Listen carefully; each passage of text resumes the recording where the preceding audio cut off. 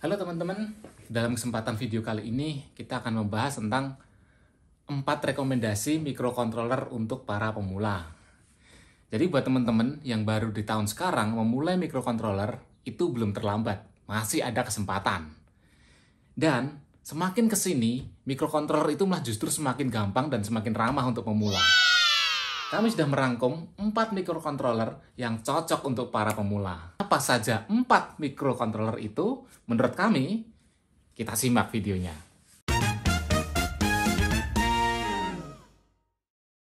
Bagi teman-teman yang pengen to the point, intinya apa saja, kita juga berikan link di bawah ini, artikel, langsung membahas 4 itu apa saja, kelebihannya apa saja, kelemahannya apa saja, versi website, versi artikel tertulis. Teman-teman bisa klik linknya di bawah ini di deskripsi ya. Untuk teman-teman yang pengen lihat versi videonya, lanjut terus. Jangan lupa subscribe dulu guys. Yang pertama, Arduino Uno. Arduino Uno, sebenarnya Arduino Uno itu lebih mengacu ke nama papan boardnya ya, bukan nama microcontrollernya. Untuk microcontrollernya sendiri, di sini pakai nama Atmega 328. Kelebihannya, papan board ini tuh besar. Dia juga sangat ramah ya, kompatibel dengan kita berikan kabel-kabel jumper seperti ini. Kita bisa pasangkan kabel-kabel jumper, lalu terhubung dengan sensor, terhubung dengan papan project board, ke lampu LED, dan sebagainya. Itu lebih enak untuk pemula. Dan biasanya ini diterapkan pada alat-alat yang sifatnya prototype. Jadi kayak penasaran, pengen nyobain tampilan display, nyobain sensor, nyobain memutarkan motor, dan sebagainya. Untuk softwarenya sendiri, dimana untuk cara upload coding, itu bisa menggunakan Arduino IDE ya. Teman-teman bisa download langsung di website resminya Arduino. Lalu untuk coding pun juga mudah. Jadi di sini banyak sekali example kode-kode. Jadi di sini kita bisa memilih beberapa contoh kode. Dan di sini kita langsung dibuatkan beberapa contoh kode, nanti tinggal kita melakukan editing kode. Jadi cukup enak sekali untuk pemula. Untuk harganya sendiri, Arduino Uno berkisar di angka 50 ribuan sampai 150 ribuan. Itu yang clone ya. Tapi kalau yang original mungkin ya di atas 200 ribu. Wow. Yang kedua, Arduino Nano, kecil mungil. Dan ini memiliki kelebihan daripada Arduino Uno adalah kalau Arduino Uno itu dimensinya besar, sementara kalau Arduino Nano itu dimensinya kecil. Jika pada Arduino Uno itu pin analognya adalah A0 sampai A5, sedangkan kalau di Arduino Nano itu pin analognya adalah dari A0 sampai A7. Ini lebih banyak pin kakinya, sehingga lebih fleksibel dalam menggunakan fitur-fitur yang ada di dalam Arduino Nano ini. Apabila Arduino Uno, dia lebih cocok bersanding dengan papan project board untuk karya prototipe, sedangkan Arduino Nano, ini dia berani untuk karya permanen. Jadi ini bisa disolder langsung ke PCB, dipermanenkan, dan dia berani untuk on dalam waktu lama. Jadi non-stop 24 jam, non-stop dinyalain terus, misalnya untuk bikin jam, atau mungkin sensor yang dia permanen hidup terus, itu dia berani. Selain itu, karena dimensi Arduino Nano yang kecil, itu dia bisa masuk ke dalam suatu alat yang memang dimensi boxnya itu kecil, sehingga untuk kepraktisan dan ringkas, Arduino Nano itu cocok untuk proyek-proyek permanen dan siap digunakan untuk jangka panjang. Wow. Bang, kenapa tidak pakai Arduino Pro Mini atau Atmega saja? Kan kecil dan bisa untuk permanen juga. Iya, bener juga. Ya bener juga sih. Kalau Arduino Uno, jadi IC Atmega-nya ini diambil, ini kan juga dimensinya kecil nih, ini juga bisa untuk alat permanen gitu. Atau menggunakan Arduino Pro Mini, ini juga kecil banget ini. Kecil, hemat energi, hemat daya. Kenapa kok kami merekomendasikan Arduino Nano lebih ramah kepada pemula? Karena kalau menggunakan Atmega 328 saja, atau Arduino Pro Mini, di sini tidak ada USB-nya. Jadi teman-teman harus menggunakan adapter USB driver agar dia bisa diisi upload kode ya.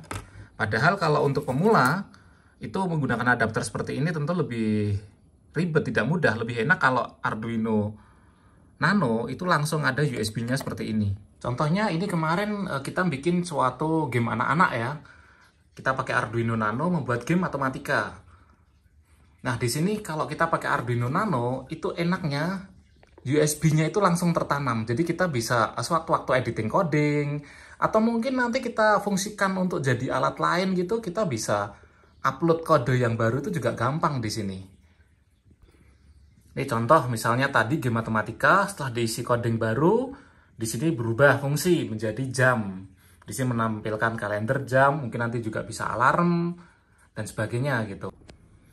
Karena chipset yang dipakai, microcontroller yang dipakai adalah sama-sama menggunakan ATmega 328, sehingga apapun kode yang berjalan di Arduino Uno itu sudah pasti bisa berjalan di Arduino Nano.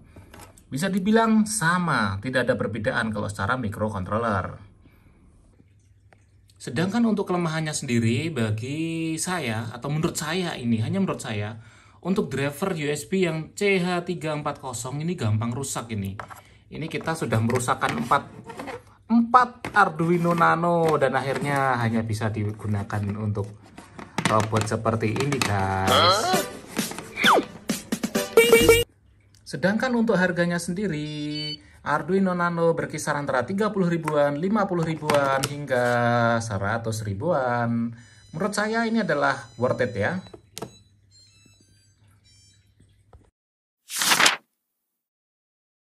Yang ketiga, ESP8266.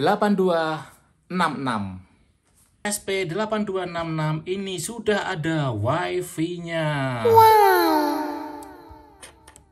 Nah, ini baru bener nih nama microcontrollernya. Sedangkan kalau untuk nama boardnya, itu biasa ESP8266 itu dikemas dalam board not MCU, atau yang paling kecil mungil dan umum sekarang itu adalah dikemas pada Wemos D1 Mini seperti ini. Ada juga ESP8266 yang dia dikemas dalam alat seperti langsung jadi ya. Cuman kalau seperti ini dia tidak ada driver USB-nya. Jadi juga harus pakai adapter. Dan menurut saya kalau sudah seperti ini kurang cocok untuk pemula sih. ESP8266 jika dibandingkan dengan Arduino Nano, kelebihan yang paling utama menonjol adalah fitur Wi-Fi. Sehingga ESP8266 ini sangat mendukung untuk proyek-proyek nirkabel. Jadi, seperti Wi-Fi, IoT, peer-to-peer. Nah, itu paling saya suka itu peer-to-peer.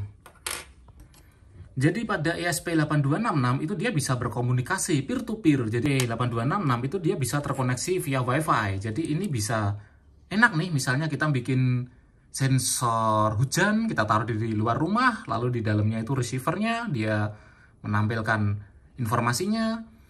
Atau contoh lain seperti tandon air itu, ada sensor tandon air, lalu di dalam rumah adalah receiver pemantau datanya. Atau bisa juga versi IoT, di mana kontrolnya atau komunikasinya itu dengan handphone. Dengan smartphone, lalu kita bisa menggunakan seperti Bling, IoT, atau Telegram bot, atau macam-macam lah, yang mungkin itu sudah masuk ke ranah advance. Dimana kalau untuk pemula, mungkin kalau saran saya adalah peer-to-peer sudah cukup dah untuk pemula. Seperti kita bikin remote control dan juga sambungan nirkabel lainnya. Untuk ESP8266, apakah kita menggunakan aplikasi baru atau Arduino IDE baru? Tidak, kita tetap masih bisa menggunakan Arduino IDE. Dan di sini kita cukup menginstal board tambahan, yaitu ESP8266. Cara menambahkan instalasi ini juga sudah banyak ya tutorialnya di internet. Untuk kelemahannya, menurut saya, kelemahannya adalah jumlah pin kakinya yang sedikit. Jika dibandingkan dengan Arduino Nano lebih banyak pin kakinya, sehingga kompatibilitasnya terhubung dengan banyak tombol, dengan banyak input sensor, itu lebih unggul Arduino Nano. Sedangkan pada ESP8266 itu lebih sedikit kakinya. Kelemahan yang kedua menurut saya, sudah pinnya dikit, 4 diantaranya ini bersyarat. Jadi kalau teman-teman pengen lebih tahu syarat-syaratnya, boleh lihat di link artikel website di bawah. Tapi intinya kalau memang ternyata tidak benar-benar urgent, sebaiknya 4 pin ini tidak usah dipakai, tidak apa-apa. Kelemahan selanjutnya yang mungkin membuat pemula bingung itu adalah nama GPIO dan nama pin digitalnya itu berbeda. Contoh misal di sini kita saksikan menggunakan istilah GPIO 15, 13, 12, 14, tapi di board lain itu kadang dia menggunakan istilah D, D4, D3, D2, dan di sini antara nama GPIO dengan nama pin digital itu beda. Contoh misalnya pin GPIO 0 itu kalau di pin digital namanya D3. Pin GPIO 2 itu nama digitalnya adalah D4. Terus berikutnya pin digital pin GPIO 4 namanya D2.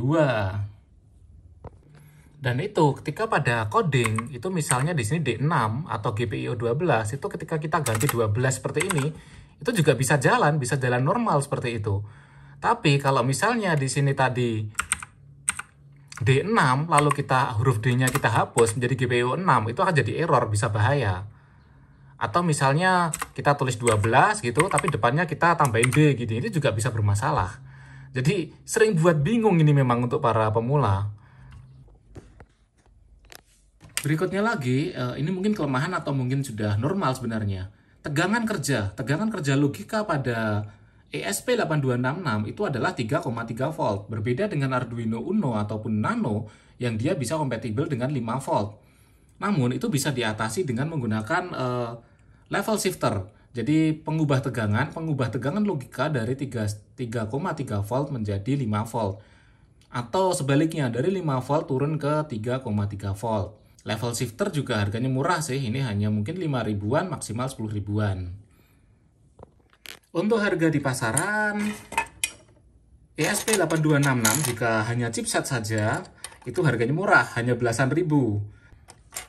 Kalau sudah dikemas dalam bentuk WMOS atau Node MCU, itu harganya juga berkisar di antara 30.000 sampai 60 ribuan. Cukup murah sih, bahkan dibandingkan dengan Arduino Nano malah lebih murah ini. Yang keempat, itu adalah ESP32. Kalau ESP8266 dia bisa terkoneksi dengan internet, namun pin kakinya sedikit, sedangkan Arduino Nano itu belum bisa koneksi dengan internet, belum ada integrated WiFi, tapi pin kakinya banyak. Nah, sekarang rajanya datang nih, ESP32. Wow. Ini di sini bisa WiFi, bisa internet, dan pin kakinya banyak banget. Plus satu lagi, bisa Bluetooth. Wow.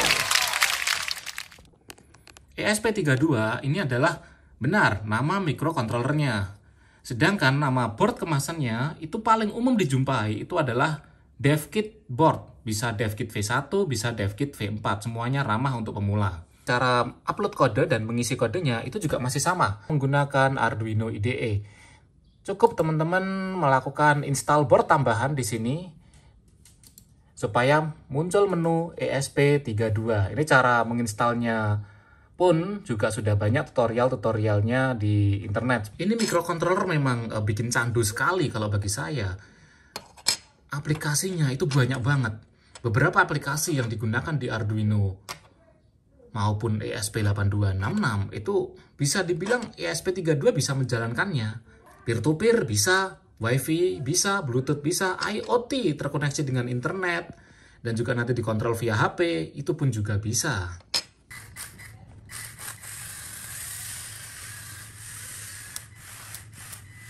Kelebihan dari ESP32 itu dia memiliki channel DAC, Digital to Analog Converter. Jadi dua channel pula. Kalau di Arduino Nano dan Arduino Uno itu kan hanya satu channel. Di ESP8266 itu tidak ada DAC. Tapi kalau di ESP32 itu dua channel, yaitu di pin nomor 25 dan 26. Nah ini saya bikin kendali jarak jauh, remote control, dan dia menggunakan sistem DAC. Cara ngegasnya pun jadi motor kiri dan motor kanan pun juga bisa berbeda ini.